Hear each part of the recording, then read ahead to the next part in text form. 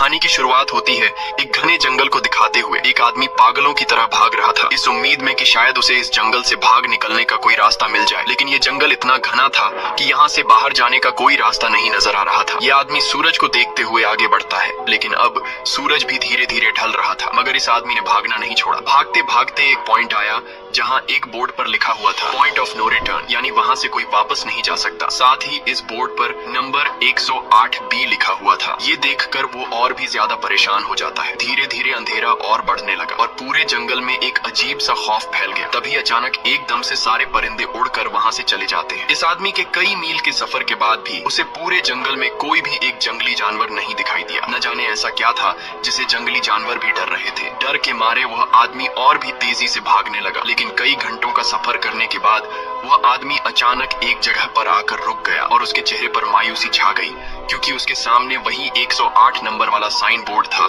जिस पर लिखा हुआ था पॉइंट ऑफ नो रिटर्न। अब आदमी को समझ आया कि चाहे मैं जितना भी भागूं पर इस जंगल से निकल नहीं सकता, इसलिए अब वो वहाँ छुपने की जगह ढूंढने लगा। लेकिन वहाँ उसे छुपने के लिए कोई सेफ जगह नहीं मिली, इसीलिए अब वो पेड़ के ऊपर चढ़ जाता है। पर तभी उस पेड़ की टहनी टूट गई, जिससे वो आदमी काफी ऊंचाई से नीचे जमीन पर आ गिरा। पेड़ से गिरने के बाद वो बहुत ज्यादा जख्मी हो चुका था। उसे काफी गहरी चोटें आई। इससे पहले कि वो बेहोश हो जाता तभी अचानक जमीन हिलने लगी और अजीब सी गुर्राने की आवाजें आने लगी। वो आवाजें सुनकर आदमी के गले में सांसें अटक गई। तभी अचानक कोई उसे खींच कर ले गया। खींचने वाला कौन था ये नहीं दिखाया गया, लेकिन हमें उस आदमी की दर्द भरी चीखें सुनाई दी गई। इस इंसिडेंट के 6 दिन बाद हमें शहर में मीना नाम की एक लड़की को दिखाया जाता है जो एक बर्ड शॉप में काम करती है। तभी उसका बॉस आता है और मीना को एक गोल्डन पैरट को शहर से दूर एक जू में डिलीवर करने का ऑर्डर देता है। मीना बॉस की बात को मानते हुए अब उस पैरट को डिलीवर करने जाती है। मीना गाड़ी में बैठकर अपने मोबाइल में उस जू का लोकेशन सेट कर लेती है और अपने सफर पर निकल पड़ती है। शहर से बाहर निकलने के बाद वो एक बोर्ड पर बहुत सारे लोगों के मिसिंग फोटोज देखती है, यानी वहाँ पर कई सारे लोग गायब हो चुके थे। लेकिन मीना उन पर ज्यादा ध्यान नहीं देती और आगे बढ़ने लगती है। आगे बढ़ते दौरान मीना शॉर्टकट लेते हुए जंगल के रास्ते से गुजरती है ताकि वो जल्दी से इस पैरट को जू तक डिलीवर कर दें, और वो पहुंच गई जंगल के बीचों बीच। ये वही जगह है जहां हम पहले एक आदमी को गायब होते देख चुके हैं। वहां आकर मीना बुरी तरह से फंस चुकी थी। वो अपने मोबाइल पर मैप देखती है, लेकिन वहां मोबाइल के सिग्नल नहीं आ रहे थे और उसकी कार का रेडियो भी काम नहीं कर रहा था। मीना अब वहां से वापस निकलने लगी, लेकिन अब उसे वहां से बाहर निकलने का रास्ता समझ नहीं आ रहा था। थोड़ी देर बाद मीना की गाड़ी भी खराब हो गई। मीना गाड़ी से बाहर निकलती है और उसे सामने लगा हुआ वही पॉइंट ऑफ नो रिटर्न वाला बोर्ड दिखाई देता है। मीना को कुछ समझ नहीं आता, इसीलिए वो पैरट के पिंजरे को हाथ में लेकर आसपास मदद ढूंढने आगे चली जाती है, लेकिन वहाँ आसपास किसी भी मदद का नामो निशान तक नहीं था। उसके बाद वो वापस उस जगह पर लौट आती है जहाँ उसने अपनी गाड़ी खड़ी की थी, लेकिन वहाँ से उसकी गाड़ी गायब हो चुकी थी। ये देखकर वो बहुत ज्यादा परेशान हुई। उसे लगा कि शायद वो उस जगह पर नहीं आई है जहाँ उसकी गाड़ी खड़ी थी, बल्कि ये किसी दूसरी जगह पर आ गई है और उसकी गाड़ी कहीं दूसरी जगह में खड़ी है, क्योंकि इस जंगल का हर एक पॉइंट एक ही जैसा दिखाई दे रहा था। अब अंधेरा भी गहरा होता जा रहा था। एकदम से पहले की तरह ही सभी परिंदे इन पेड़ों से उड़ जाते हैं। मीना को अब डर लगने लगा था, क्योंकि जमीन भी जोर जोर से हिल रही थी। मीना को वहाँ आसपास किसी के होने का एहसास होता है। तभी अचानक मीना को दूर किसी का साया नजर आया। मीना भागते हुए उसके पीछे आई, पर उसे वहाँ कोई भी नहीं मिला। तभी अचानक मीना को एक बूढ़ी औरत भागते हुए दिखाई दी। मीना भी दौड़कर उसका पीछा करने लगी। वो उससे मदद मांग रही थी, लेकिन वो औरत रुकती नहीं, तेजी से भागती रहती है। एक बार फिर मीना इस बूढ़ी औरत का पीछा करती है। अचानक वो बूढ़ी औरत फिर से गायब हो गई। मीना जब उसे ढूंढते हुए और आगे बढ़ी तो उसे दूर जंगल में एक बड़ा सा कमरा दिखाई दिया। वो बूढ़ी औरत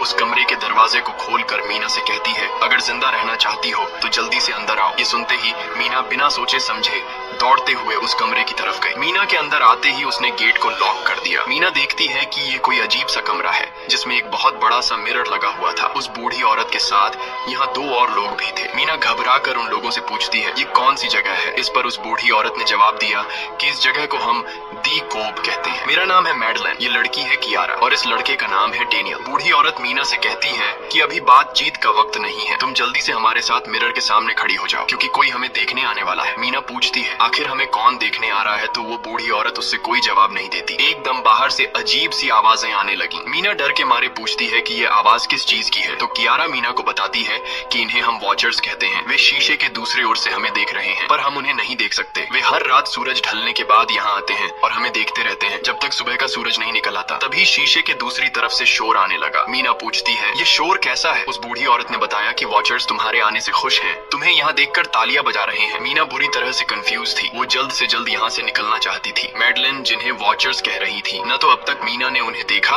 और न ही किसी और ने देखा था। रात गुजर जाती है। सुबह होने पर ये लोग उस जगह से बाहर निकल आते हैं। मैडलिन बताती है कि वे वॉचर्स सिर्फ रात में ही बाहर निकलते हैं, दिन के वक्त हम लोग जंगल में आजाद घूम सकते हैं। मीना रात भर यही सोच रही थी कि कब सुबह होगी और जल्दी से मैं इस जंगल से बाहर निकल जाऊं। इसीलिए वह फौरन जंगल से बाहर निकलने का रास्ता ढूंढने लग जाती है। तब मैडलिन बाकी सबको उसे रोकने से मना कर देती है, जैसे कि वह जानती हो कि मीना इस जंगल से बाहर नहीं निकल सकती और वह जरूर वापस आएगी। बस मीना को जाते हुए मैडलिन बताती है कि तुम्हारा यह फैसला अच्छा नहीं है। इस जंगल से बाहर निकलने का कोई रास्ता नहीं है। रात होने से पहले हमें इस घर में वापस आना पड़ता है। अगर तुम लेट हो गई तो तुम अपनी जान से हाथ धो बैठोगी। मीना किसी की बात नहीं सुनती और अपने पैरट को लेते हुए तेजी से आगे बढ़ती है। थोड़ा सा आगे बढ़ने पर उसे वहीं पॉइंट ऑफ नो रिटर्न वाला साइन दिखाई देता है। उसे देखकर वो घबरा तो गई, लेकिन उसने हिम्मत नहीं हारी और सूरज को देखकर सूरज की डायरेक्शन में आगे बढ़ती रही, पर जंगल से निकलने में कामयाब नहीं हो सकी। आगे चलकर रास्ता ही खत्म हो गया। मीना ने देखा कि वो एक पहाड़ के टॉप पर खड़ी है, जहाँ से आगे दूर दूर तक जंगल के सिवा कुछ भी नहीं था। इसीलिए वो मायूस होकर नीचे बैठ जाती है। तभी अचानक उसके कंधे पर किसी ने हाथ रखा। वो डर गई और जब उसने पीछे मुड़कर देखा तो वो बूढ़ी औरत मैडलिन थी। यहाँ मैडलिन उसे हौसला देती है और कहती है कि सिर्फ तुम ही नहीं जिसने यहाँ से निकलने की कोशिश की और हार गई। हम भी तुम्हारी तरह ही हार कर यहाँ रुके हैं। यहाँ से बाहर निकलने का कोई रास्ता नहीं। चलो मैं तुम्हें कुछ दिखाती हूँ। मैडलिन मीना को जंगल की तरफ लेकर जाती है। मैडलिन मीना से कहती है, ये जंगल एक शिकारी है और हम सब उसका शिकार। अगर जिंदा रहना चाहती हो तो हमारे साथ ही रहो। मैडलिन उसे पॉइंट ऑफ नो रिटर्न वाले काफी सारे साइन बोर्ड दिखाती है, जो कि जंगल के चारों तरफ गोल घेरे में लगे थे और उनके बीच में था उनका कमरा। मैडलिन बताती है कि यह हमारे घर से आधे दिन के फासले पर लगे हैं। अगर इसे आगे गई तो वापस लौटना मुश्किल हो जाएगा, इसलिए कभी भी यह तुम्हें नजर आए तो तुम इन्हें इग्नोर मत करना। मीना पूछती है, ये सब किसने बनाया? तो वो जवाब देती है, ये एक प्रोफेसर ने बनाया है, लेकिन अब तक उसे किसी ने देखा नहीं है। अब रात हो जाती है। ये लोग वापस उस घर के अंदर आ जाते हैं। हर रात वॉचर्स उन्हें देखने के लिए आते थे। आज कियारा नामी लड़की उनके सामने डांस करती है और कहती है ये सब उन्हें पसंद है। ऐसा नहीं था कि इन चारों को हर रात वॉचर्स के सामने खड़ा ही रहना पड़ता था। ये लोग जो चाहते वह कर सकते थे, बस ये लोग उनकी तरफ अपनी कमर नहीं कर सकते थे। ऐसा करने पर वो लोग बहुत ज्यादा गुस्सा हो जाते थे। रात में तो उन्हें सिर्फ वॉचर्स का मसला था, लेकिन दिन में भी उन्हें बहुत मुश्किलों का सामना करना पड़ता था। ये लोग जंगल से हर रोज अपना पेट भरने के लिए कुछ न कुछ शिकार करके लाते थे,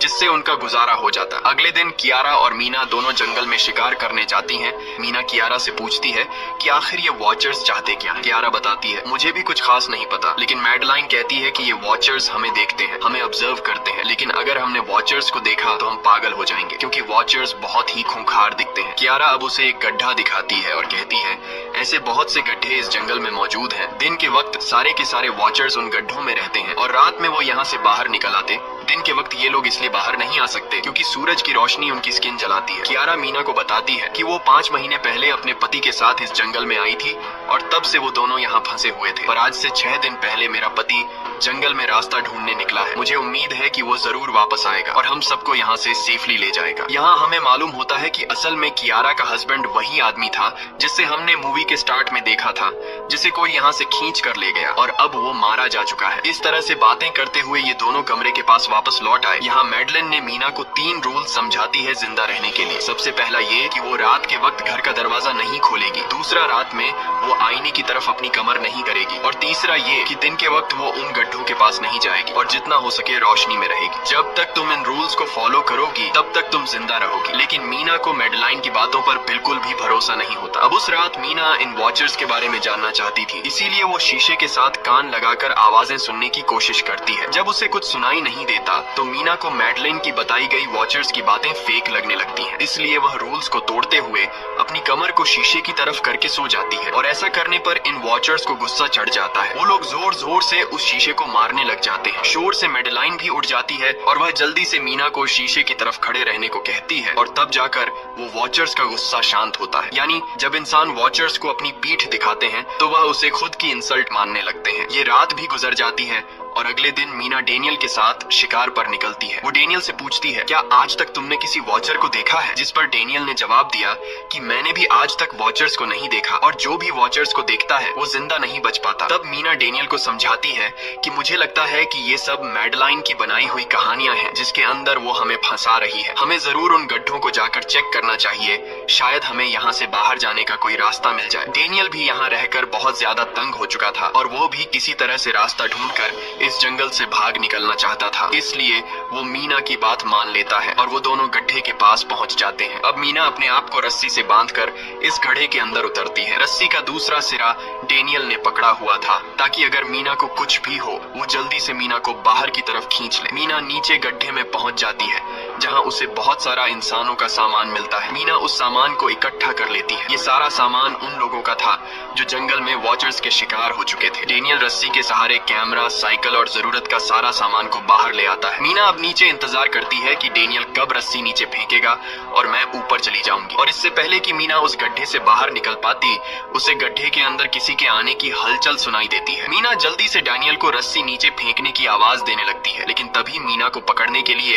एक वॉचर का हाथ बढ़ने लगता है। पर मीना धूप में खड़ी थी, इसलिए जब उस वॉचर के हाथ पर सूरज की रोशनी पड़ी तो उसका हाथ जलने लगा। इतने में डेनियल ने नीचे मीना के पास रस्सी फेंकी और मीना फौरन जल्दी से बाहर निकल आई। मीना पूरी तरह से डर गई थी। ये लोग उस सारे सामान को लेकर अपनी सेफ हाउस में आ गए, जहाँ मैडलन ने उससे पूछा, ये सामान तुम्हें कहाँ से मिला? ये लोग झूठ बोल देते हैं कि ये सामान उन्हें इस जंगल से मिला। मैडलन को इस जंगल में रहते हुए बहुत अरसा गुजर चुका था। वो जानती थी कि ये सामान उसे जंगल से नहीं बल्कि एक गड्ढे से मिला होगा। वो मीना से पूछती है, बताओ तुमने गड्ढे के अंदर क्या देखा? लेकिन मीना उसे कुछ नहीं बताती। ये लोग बहुत खुश थे कि आज रात ये लोग वॉचर्स को देख पाएंगे, क्योंकि मीना को गड्ढे के अंदर एक कैमरा मिला था। डेनियल किसी तरह जुगाड़ करके उस कैमरा को टीवी के साथ अटैच कर लेता है ताकि ये लोग भी टीवी पर वॉचर्स को देख पाए। मैडलन बार बार उन्हें समझाती है कि ये तुम लोग गलत कर रहे हो, लेकिन ये दोनों उसकी एक बात भी नहीं सुनते। आज रात ये लोग वॉचर्स के इंतजार में बैठे थे ताकि उन्हें वो देख पाए, लेकिन काफी रात होने के बावजूद भी आज कोई वॉचर उन्हें देखने नहीं आया और अब कुछ देर बाद उनके साथ कुछ अजीब सा होने वाला था। ये लोग बातचीत में मसरूफ थे कि तभी उनका दरवाजा खटखटाया जाता है, यानी दरवाजे पर किसी ने दस्तक दी। उन्होंने जल्दी से टीवी की तरफ देखा तो वहाँ उन्हें इंसानी टांगे दिखाई दे रही थी। बाहर जो कोई भी था वो कियारा के हस्बैंड की आवाज में बात कर रहा था और वो जल्दी से दरवाजा खोलने को कह रहा था। कियारा को लगा कि जरूर उसका हस्बैंड यहाँ से बाहर निकलने का रास्ता ढूंढ आया है। वो जल्दी से उठकर दरवाजा खोलने के लिए जाती है, लेकिन मैडलेन बीच में आकर दरवाजा खोलने नहीं देती। वो कहती है कि मैं जानती हूँ बाहर तुम्हारा हस्बैंड नहीं है, क्योंकि मैडलेन जानती थी कि रात के इस अंधेरे में कोई भी इंसान इस कमरे तक नहीं पहुँच सकता। लेकिन कियारा को मैडलेन की बातों पर यकीन नहीं होता और वो दरवाजा खोलने की कोशिश करती है, जिसके बाद मैडलेन कियारा से कहती है कि वो तुम्हें फंसा रहा है, तुम उसका इम्तिहान ले लो, तुम उसे कोई ऐसी बात पूछो जिसके बारे में सिर्फ तुम या तुम्हारा हस्बैंड जानता हो। कियारा बाहर खड़े हुए इंसान से एक किताब के बारे में सवाल करती है जिसके बारे में उसे पता होना चाहिए था, लेकिन जब बाहर खड़ा हुआ इंसान कोई जवाब नहीं देता तो ये समझ जाते हैं कि ये वॉचर ही है। ये लोग जब दरवाजा नहीं खोलते तो वॉचर उनके बाहर लगाए हुए कैमरा को तोड़ देता है और यहाँ हमें एक बात पता चलती है कि वॉचर्स इंसान के रूप में भी खुद को बदल सकते हैं। वॉचर्स उनकी इस हरकत पर बहुत ज्यादा गुस्सा हो गए थे। वे बहुत तेजी से शीशे को मारने लगे जिससे शीशे में एक बड़ा क्रैक भी आ जाता है, लेकिन यहाँ मैडलेन समझदारी दिखाते हुए सबको लाइन से शीशे की तरफ खड़ा कर देती है, जिससे वॉचर्स का गुस्सा थोड़ा बहुत ठंडा हो जाता है और वे वहाँ से चले जाते हैं। अब यहाँ मीना मैडलेन को बताती है कि हमने गड्ढे में से ये सारा सामान चुराया था। ये सुनकर मैडलेन बहुत ज्यादा गुस्सा हो जाती है कि तुम लोगों ने दूसरा रूल भी तोड़ दिया। अगली सुबह मैडलेन उस गड्ढे से लाया हुआ सारा सामान उठाकर वापस उसी गड्ढे में फेंक देती है, जिससे उन वॉचर्स का गुस्सा थोड़ा शांत हो जाता है। मगर अब इन लोगों को जंगल में बहुत ही ज्यादा अजीब चीजें दिखाई देना चालू हो गई थी और उसका सबसे ज्यादा असर डेनियल पर होता है। डेनियल अचानक बात बात पर बहुत ज्यादा गुस्सा करने लग जाता है। दूसरी तरफ कियारा, जिससे पहले उम्मीद थी कि उसका हस्बैंड जिंदा है और वो यहाँ आकर उसे यहाँ से बचा लेगा, लेकिन अब उसे पता चल चुका था कि उसका हस्बैंड अब वापस नहीं आएगा, जिसकी वजह से वह अंदर ही अंदर पूरी तरह से टूट चुकी थी और वो डिसाइड करती है कि वह वॉचर्स के इन गड्ढों में कूद कर अपनी जान दे देगी, क्योंकि अब उसके पास जीने पीने की कोई वजह नहीं रही। वह ऐसा करने ही वाली होती है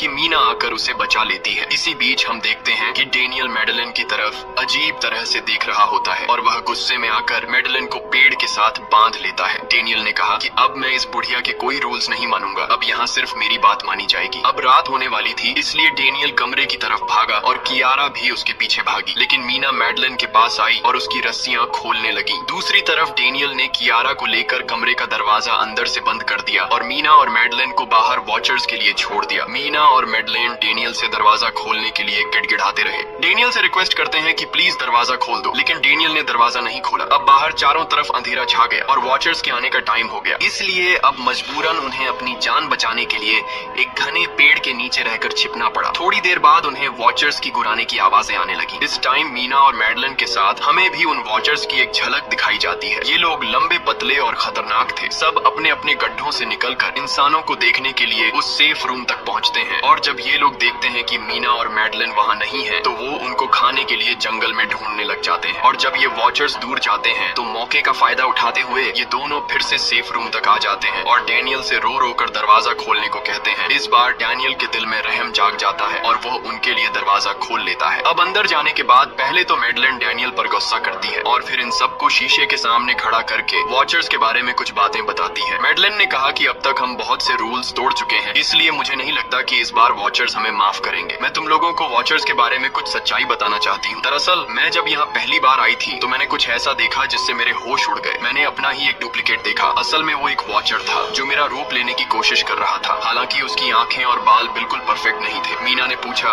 कि आखिर ये वॉचर्स हैं क्या चीज, जिस पर मैडेलिन ने जवाब दिया कि ये सारे क्रीचर्स फेरीज हैं जो किसी जमाने में इंसानों के साथ मिलकर रहते थे। फेरीज पंखों वाले एक जादुई जीव थे, लेकिन वक्त गुजरने के साथ इंसानों को फेरीज की शक्तियों से डर लगने लगा, इसीलिए इंसानों ने फेरीज को खत्म करने का सोचा। इंसानों की तादाद ज्यादा थी, इसलिए फेरीज इंसानों का मुकाबला नहीं कर पाए। इंसानों ने इन फेरीज को जंगल में एक बहुत बड़े गड्ढे के अंदर कैद कर लिया और उन्हें श्राप से हमेशा हमेशा के लिए इस गड्ढे में बंद कर दिया। उसके बाद फेरीज कई 100 सालों तक उस गड्ढे में कैद रहे, लेकिन फिर वक्त के साथ उन्होंने जमीन के अंदर खुदाई करके निकलने के रास्ते बना लिए। आज वही फेरीज वॉचर्स के रूप में गड्ढों से निकलकर हमारे सामने आते हैं। हालांकि कई 100 सालों तक जमीन के अंदर रहने की वजह से उन्होंने अपने पंख और जादुई शक्तियां खो दी और साथ ही उन्हें सूरज की रोशनी से तकलीफ होने लगी, लेकिन अब भी उनमें रूप बदलने की शक्ति है। इस पर डेनियल ने मैडेलिन से पूछा कि ये वॉचर्स हमसे क्या चाहते हैं और ये हर रात हमें देखते क्यों हैं, जिस पर मैडेलिन ने बताया कि ये वॉचर्स एक बार फिर से जंगल से निकलकर इंसानों के बीच रहना चाहते हैं, लेकिन अपने असली रूप में ये इंसानों के बीच नहीं रह सकते। इसीलिए उन्होंने हमें यहाँ रखा हुआ है ताकि हमें देखकर हमारा रूप ले सके और हमसे आज के दौर के तौर तरीके सीखकर इंसानों के बीच रह सके। मैडेलिन ये सब बातें बता ही रही थी कि अचानक सभी वॉचर्स वापस लौट आए और जब वॉचर्स को पता चलता है कि मैडेलिन और मीना वापस अपने कमरे में आ गए हैं तो वो सब गुस्से से भड़क उठे और दरवाजा तोड़ने की कोशिश करने लगे। इन चारों ने टेबल को खींचकर दरवाजे के सामने रख दिया ताकि दरवाजा वॉचर्स तोड़ न सके, लेकिन वॉचर्स की ताकत काफी ज्यादा थी और इन चारों को पता चल चुका था कि जल्द ही वॉचर्स अंदर आ जाएंगे और उन्हें मौत अपनी आंखों के सामने दिखाई दे रही थी। तभी उन्होंने देखा कि टेबल को घसीटकर दरवाजे तक ले जाने की वजह से कारपेट पलट गई है। जब उन्होंने कारपेट हटाया तो उन्हें नीचे एक बड़ा लोहे का गेट नजर आया। उन्होंने जल्दी से गेट खोला तो उन्हें पता लगा कि नीचे एक बहुत बड़ा बंकर है। ये लोग जल्दी से उस बंकर के अंदर घुस गए और ऊपर से लोहे का गेट बंद कर दिया। ये लोग इस बात को लेकर परेशान थे कि ये बंकर यहाँ पर मौजूद था और इन लोगों को पता भी नहीं चला। इस बंकर के नीचे बहुत फैसिलिटीज थी, हजारों दिन का खाना, एक कंप्यूटर और भी बहुत सारा जरूरत का सामान रखा था। मीना जानना चाहती थी कि आखिर ये जगह किसने बनाई, इसीलिए वो उस कंप्यूटर को ऑन कर लेती है। उस कंप्यूटर में बहुत सारा डेटा सेफ था जिसे खोलने पर उन्हें पता चलता है कि ये सारी जगह प्रोफेसर मार्टिन ने बनाई थी। असल में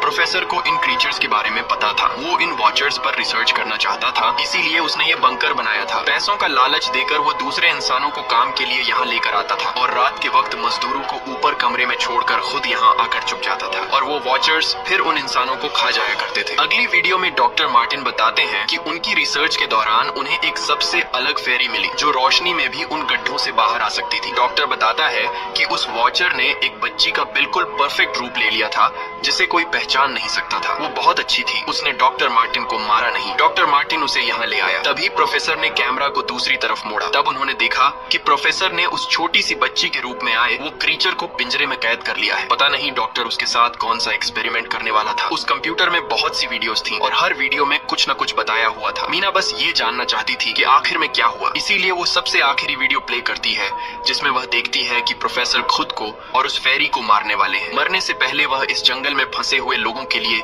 यहाँ से निकलने का रास्ता बता देता है और कहता है कि शाम में जिस डायरेक्शन में परिंदे भागते हैं उस डायरेक्शन में भागने से वे लोग इस जंगल से निकल सकते हैं। उसने इस रिकॉर्डिंग मैसेज में कहा था कि अगर कोई इस जंगल से निकलने में कामयाब हो गया तो यूनिवर्सिटी में जाकर मेरी सारी रिसर्च तबाह कर देना। मैंने यहाँ आकर बहुत बड़ी गलती कर दी। उसके बाद प्रोफेसर ऊपर चले गए और फिर 2 गोलियों की आवाज आई जिससे उन्हें समझ आया कि प्रोफेसर ने पहले उस फेरी को मारा और फिर खुद को गोली मार दी। आज रात ये चारों बहुत खुश थे क्योंकि उन्हें इस जंगल से जान छुड़ाने का रास्ता मिल गया था। अगली सुबह सभी लोग अब बंकर से बाहर निकलते हैं तो देखते हैं कि उनका सेफ हाउस उन वॉचर्स ने पूरी तरह तबाह कर दिया है और आज के दिन उन्हें लाजमी इस जंगल से निकलना होगा वरना ये लोग मारे जाएंगे क्योंकि रात को अब उनके पास छिपने के लिए कमरा भी नहीं बचा था। ये लोग अब यहाँ जंगल से निकलने के रास्ते में बढ़ने लगते हैं। वो परिंदे जिनके बारे में प्रोफेसर बता रहे थे वे तो शाम को उड़ने वाले थे लेकिन उन्हें शाम होने से पहले जंगल से बाहर निकलना था। इसलिए मीना अपने पास मौजूद पैरेट को आजाद कर देती है। जिस डायरेक्शन में वह उड़ता है उसी डायरेक्शन में ये लोग चलने लग जाते हैं। चलते हुए रास्ते में ही उन्हें एक कब्र मिली। मैडेलिन उस कब्र को देखकर बताती है कि एक वक्त था जब ये लोग इंसानों के साथ रहते थे लेकिन इंसानों ने उनके साथ बहुत बुरा किया, धोखा किया और उन्हें यहाँ जंगलों में फंसाकर खुद चले गए। कई घंटे सफर करने के बाद ये लोग एक नदी के पास पहुंच गए। वहाँ उन्हें प्रोफेसर का एक बोट मिला जिसको देखकर ये लोग बहुत खुश हुए लेकिन उनकी खुशी अब कुछ ही देर की मेहमान थी क्योंकि अब अंधेरा हो चुका था और वॉचर्स के आने का वक्त हो गया था। उससे पहले कि ये लोग डॉक्टर मार्टिन की बोट में बैठकर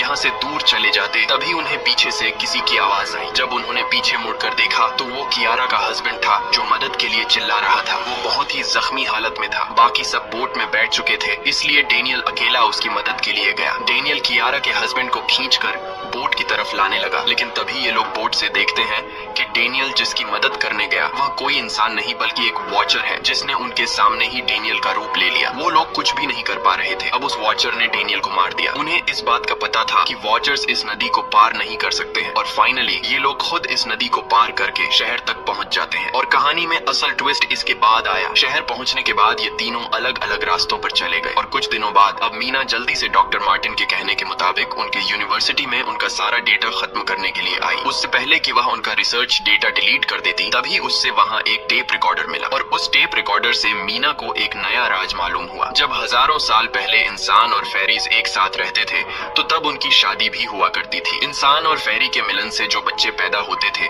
उनमें इंसान और फेरी दोनों के गुण होते थे। उन्हें हाफलिंग्स कहा जाता था। उन हाफलिंग्स में एक खासियत थी कि वे रूप बदलने में इतने माहिर होते थे कि वे किसी मरे हुए इंसान का रूप भी बदल सकते थे। प्रोफेसर का मानना था कि जब इंसानों ने फेरीज को जंगल के अंदर गढ़ों में कैद कर लिया था तब हाफलिंग इंसानों के बीच अपना रूप बदलकर चुपके से रहने लगे और वो आज भी किसी न किसी रूप में इंसानों के बीच मौजूद है। मीना जब प्रोफेसर के ऑफिस में आई और वहाँ पर जांचबीन करने लगी तो वहाँ उसके हाथ कुछ ऐसी तस्वीरें लगी जिसने उसके होश उड़ा दिए। उसने देखा कि तस्वीर में जो प्रोफेसर के साथ लेडी खड़ी है वो कोई और नहीं बल्कि मैडेलिन है और असल में मैडेलिन प्रोफेसर की वाइफ है। वो कंफ्यूज हो जाती है कि मैडेलिन ने उसे यह बातें क्यों नहीं बताई। इस भारी कंफ्यूजन को शेयर करने के लिए वो कियारा के पास आती है और उसे बताती है कि जिस मैडेलिन से हम जंगल में मिले थे वो असल में प्रोफेसर मार्टिन की वाइफ है लेकिन उसने हमें यह सच्चाई इसलिए नहीं बताई क्योंकि वो खुद एक इंसान नहीं बल्कि एक रूप बदलने वाली फेरी थी। मैंने जब रिसर्च किया तो मुझे पता चला कि काफी साल पहले प्रोफेसर की वाइफ मैडेलिन कैंसर की वजह से मर गई थी। ये सुनकर कियारा कहती है कि फिर वो मैडेलिन कौन थी जो इतने समय से हमारे साथ थी। इस पर मीना कहती है मुझे सब समझ आ रहा है। दरअसल प्रोफेसर अपनी वाइफ के मरने से बहुत दुखी थे और उसे हर हाल में वापस पाना चाहते थे और जब प्रोफेसर को इन रूप बदलने वाली फेरीज के बारे में पता चला तो प्रोफेसर ने उस रूप बदलने वाली फेरी को पिंजरे में कैद किया जो एक बच्ची का परफेक्ट रूप लेकर उनके पास आई थी। प्रोफेसर ने अपनी वाइफ की फोटो दिखाते हुए उस फेरी को अपनी वाइफ मैडेलिन जैसा बना दिया क्योंकि वो फेरी बाकी फेरीज से अलग थी। वो दिन में भी बाहर आ सकती थी। मीना ने कहा कि मैंने मैडेलिन को यहाँ बुला लिया है, हमें किसी तरह से करके उसे वापस जंगल भेजना होगा। तभी एक कार वहाँ आकर रुकी। जब उस कार से जो इंसान उतरा उसे देखकर मीना के गले में सांस अटक गई। वो कियारा थी, यानी कि अब तक जो मीना के साथ थी वो मैडेलिन थी थी उसने कियारा का रूप ले रखा था। कियारा जैसे ही घर के अंदर आई तभी मैडलिन ने कियारा के हस्बैंड के रूप में बदलकर उसे बेहोश कर दिया। मीना ने मैडलिन से कहा, आखिर तुम चाहती क्या हो? जिस पर मैडलिन गुस्से में आकर कहा, मैं फेरीज की सबसे अलग मखलूक हूँ। मेरे सभी साथी बचपन से मुझे चिढ़ाते थे, वो मुझे अपने साथ नहीं रहने देते क्योंकि मैं सबसे अलग थी। मैं उस जंगल में अकेली पड़ चुकी थी और मैं उस जंगल से निकलकर बाहर लोगों के साथ मिलकर रहना चाहती थी। फिर एक दिन प्रोफेसर उस जंगल में आया, उसने मुझे पिंजरे में कैद कर लिया। उसने मुझसे कहा कि अगर मैं उसकी वाइफ का रूप ले लूं तो वह मुझे जंगल से बाहर ले जाएगा। मैंने उसकी बात मान ली। प्रोफेसर ने मुझे मैडलिन की सारी बातें सिखाई और बाद में उस धोखेबाज प्रोफेसर ने मुझे मारने की कोशिश की, लेकिन उससे पहले कि वो मुझे मार पाता मैंने उसे ही मार डाला। तुम इंसान कभी भी भरोसे के लायक नहीं थे और न ही रहोगे। अब तुम भी मेरी सच्चाई जान चुकी हो, इसलिए तुम्हें भी मरना होगा और तुम्हें मारने के बाद मैं तुम्हारे रूप में इंसानों के बीच रहूंगी। यह कहकर मैडलिन ने मीना का रूप ले लिया और उसका गला दबाकर उसे मारने लगी। तब मीना ने मैडलिन से कहा कि क्या प्रोफेसर ने तुमसे यह नहीं कहा कि तुम क्यों दिन में निकल सकती हो? असल में तुम हाइब्रिड हो, आधी इंसान और आधी फेरी, इसीलिए तुम इंसानों और फेरीज के बीच रह सकती हो। मुझे पता है कि दुनिया में अकेला रहना कैसा होता है, लेकिन तुम अकेली हाफलिंग नहीं हो। तुम्हारे जैसे और भी हाफलिंग्स हैं जो किसी न किसी रूप में इंसानों के बीच रह रहे हैं। इस सच्चाई का पता चलते ही मैडलिन का शरीर अचानक अपने असली रूप में आने लगा। देखते ही देखते उसके पंख निकल आए, जिसके बाद वो मीना को यहीं पर छोड़कर यहाँ से उड़ जाती है। इसके बाद कुछ हफ्तों के बाद का सीन दिखाया जाता है जहाँ मीना अपनी सिस्टर के साथ रहने लगी है। उसने अपनी सिस्टर को बताया कि शायद वो फेरी अभी भी मेरा पीछा कर रही है। तब मीना की सिस्टर उसे कहती है कि तुम डरो मत, ऐसा कुछ नहीं है। और कहानी के एंड में हम एक छोटी बच्ची को देखते हैं जो कि उस वक्त मीना के घर के नीचे खड़ी थी। ये कोई और नहीं बल्कि मैडलिन थी, जो अब उनके दुनिया में उस रूप में रह रही है। और इसी के साथ ये कहानी खत्म हो जाती है। अगर आपको ये वीडियो अच्छी लगी हो तो हमारे चैनल को सब्सक्राइब और वीडियो को लाइक जरूर कीजिए।